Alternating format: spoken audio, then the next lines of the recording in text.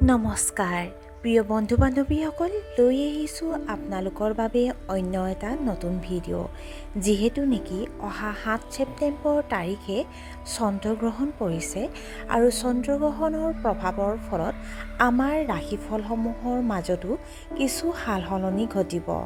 গতিকে আজি ভিডিঅ'টোৰ জৰিয়তে লৈ আহিছোঁ চন্দ্ৰগ্ৰহণৰ ফলত কোন ৰাশিৰ ওপৰত কেনেধৰণৰ প্ৰভাৱ পৰিব আৰু আপোনালোকে কেনেধৰণে প্ৰতিকাৰ কৰিলে সেই প্ৰভাৱৰ পৰা মুক্ত হ'ব।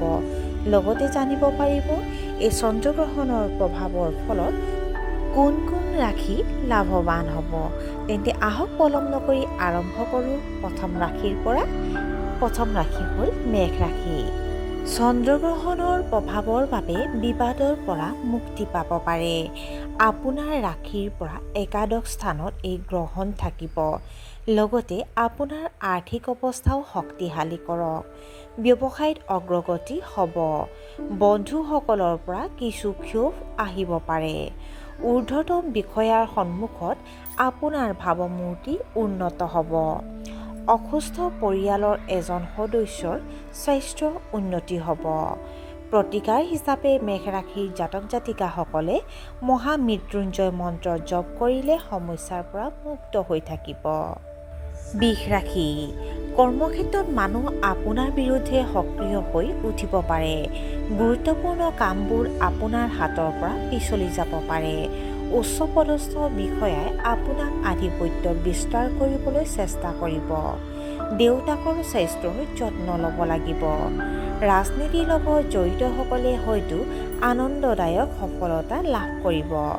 প্ৰতিকাৰ হিচাপে বৃষ ৰাশিৰ জাতক জাতিকাসকলে গ্ৰহণৰ সময়ত গুৰু মন্ত্ৰ জপ কৰক।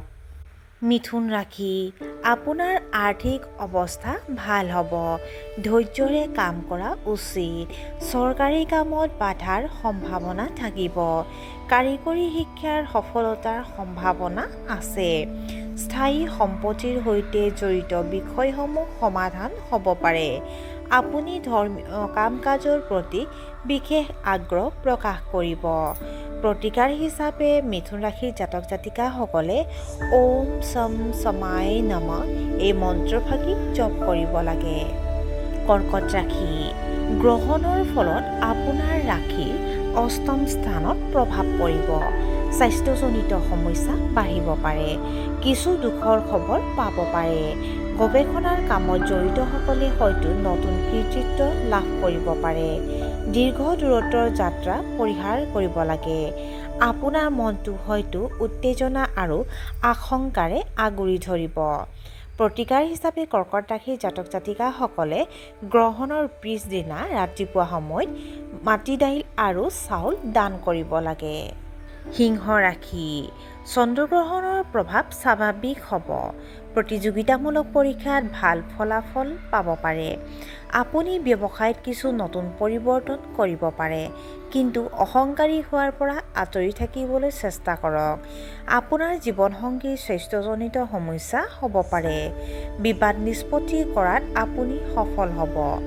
প্ৰতিকাৰ হিচাপে সিংহ ৰাশিৰ জাতক জাতিকাসকলে গ্ৰহণৰ 9 ঘণ্টাৰ আগতে তুলসীৰ পাত খাদ্য আৰু পানীত থ'ব লাগে। কন্যা ৰাশি। চন্দ্ৰগ্ৰহণৰ প্ৰভাৱ আপোনাৰ ৰাশিৰ পৰা ষষ্ঠ স্থানত হ'ব। এই গ্ৰহণে আপোনাক কেৰিয়াৰৰ ডাঙৰ সুযোগ প্ৰদান কৰিব। আইনী বিষয়ত জয়ৰ সম্ভাৱনা আছে। আপুনি আপোনাৰ শত্ৰুক পৰাস্ত কৰিব। ভৱিষ্যতৰ সন্দৰ্ভত আপুনি গুৰুত্বপূৰ্ণ সিদ্ধান্ত ল'ব পাৰে।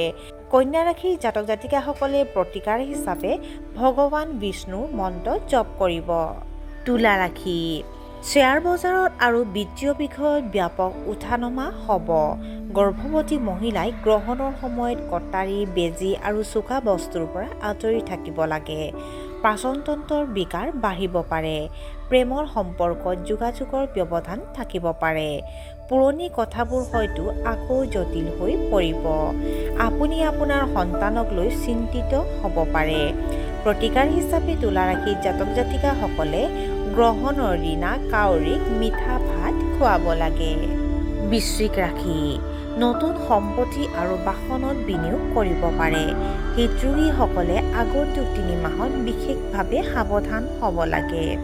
উচ্চ পদবীৰ ইচ্ছা আৰু আকাংক্ষা থাকিব। আপোনাৰ মাতৃৰ স্বাস্থ্যৰ বাবে অসুবিধা হ'ব পাৰে। অপ্ৰয়োজনীয় কথাত গুৰুত্ব নিদিব। পৰিকল্পিত কামবোৰ সময়মতে সম্পূৰ্ণ নহ'ব। প্ৰতিকাৰ হিচাপে বৃশ্চিক ৰাশিৰ জাতক জাতিকাসকলে প্ৰতিদিনে ভগৱান শিৱক জলাভিষেক কৰিলে কিছু সকাহ পাব। ধনু ৰাশি, আপোনাৰ নতুন ব্যৱসায়িক চুক্তি হ'ব পাৰে। এই গ্ৰহণৰ প্ৰভাৱত স্থবিৰ হৈ থকা কামবোৰ পুনৰ আৰম্ভ হ'ব পাৰে। কৰ্মক্ষেত্ৰত পদোন্নতি পাব পাৰে। কঠোৰ পৰিশ্ৰম কৰিলে ইতিবাচক ফল পোৱা যাব। আপুনি গুৰুত্বপূৰ্ণ কামৰ পৰিকল্পনা কৰিব পাৰে। অহা 3 মাহত নতুন সুযোগ চিনাক্ত কৰাৰ সময় আছে।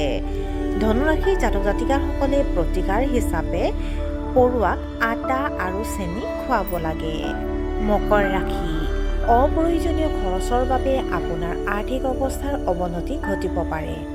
আপুনি আপোনাৰ দাঁত আৰু চকুৰ কিছু স্বাস্থ্যজনিত সমস্যাৰ সন্মুখীন হ'ব পাৰে। আপোনাৰ পৰিয়ালৰ সদস্যৰ আচৰণত আপুনি অসন্তুষ্ট হ'ব। ভুল উপায়েৰে ধন উপাৰ্জনৰ প্ৰৱণতা ক্ষতিকাৰক হ'ব। ধন ধাৰে দিয়াৰ পৰা বিৰত থাকিব লাগে। পৰিয়ালৰ কোনো সদস্যৰ স্বাস্থ্যজনিত সমস্যা হ'ব পাৰে। ৰিস্কি বিনিয়োগৰ লাভজনক বুলি প্ৰমাণিত হ'ব। মকৰ ৰাশিৰ জাতক জাতিকাসকলে প্ৰতিকাৰ হিচাপে গ্ৰহণৰ পিছত এজন ব্ৰাহ্মণক ধন আৰু খাদ্য দান কৰিব। কুম্ভ ৰাশি, আপোনাৰ নিজৰ ৰাশিত চন্দ্ৰগ্ৰহণ ঘটি আছে। ইয়াৰ বাবে মানসিক চাপ বাঢ়িব পাৰে। আপুনি হয়তো তন্ত্ৰ আৰু আধ্যাত্মিকতাৰ প্ৰতি আগ্ৰহী হ'ব পাৰে। আৱেগিক সিদ্ধান্ত লোৱাৰ পৰা বিৰত থাকক। কেৰিয়াৰ সম্পৰ্কে গুৰুত্বপূৰ্ণ সিদ্ধান্ত ল'ব পাৰে। গৱেষণামূলক কামৰ প্ৰতি প্ৰৱণতা বৃদ্ধি পাব। আপোনাৰ বয়োজ্যেষ্ঠসকলৰ কথাক অসন্মান নকৰিব। আপোনাৰ আত্মবিশ্বাস কমি যাব পাৰে। কুম্ভ ৰাশিৰ জাতক জাতিকাসকলে প্ৰতিকাৰ হিচাপে গ্ৰহণৰ পিছত বগা কাপোৰ আৰু চাউল দান কৰিব। আৰু একেবাৰে শেষৰ ৰাশিটো হ'ল মীন ৰাশি। আনক দেখুৱাই কৰা জীৱন প্ৰণালী বন্ধ কৰক। আপুনি মনোনিৱেশ কৰাত সফল হ'ব। আপোনাৰ বৈবাহিক সম্পৰ্ক অধিক শক্তিশালী হৈ উঠিব। কৰ্মক্ষেত্ৰত আপোনাৰ দায়িত্ব বাঢ়িবলৈ গৈ আছে। কাকো টকা ধাৰলৈ নিদিব। ৰাতি বেয়া সপোন দেখিব পাৰে। বহু চিন্তাই আপোনাৰ মনটোক আমনি কৰিব পাৰে। আপুনি এজন সক্ষম গুৰুৰ পৰা দীক্ষা লোৱাৰ সংকল্প ল'ব। সন্তানৰ স্বাস্থ্যৰ যত্ন লওক। মীন ৰাশিৰ জাতক জাতিকাসকলে প্ৰতিকাৰ হিচাপে গ্ৰহণৰ সময়ত ওম নমঃ শিৱায় মন্ত্ৰ জপ কৰক। আজিৰ ভিডিঅ'টো ইমানতে অন্ত পৰিছে। আশা কৰোঁ আপোনালোক প্ৰত্যেকেই এই ভিডিঅ'টোৰ জৰিয়তে উপকৃত হ'ব। যদি কোনোবাই প্ৰথমবাৰৰ বাবে মোৰ চেনেলটোলৈ আহিছে তেন্তে ভিডিঅ'টো লাইক আৰু কমেণ্ট কৰিব। লগতে চেনেলটো ছাবস্ক্ৰাইব কৰি কাষত থকা অল বুটামটো অন কৰি দিব। ধন্যবাদ।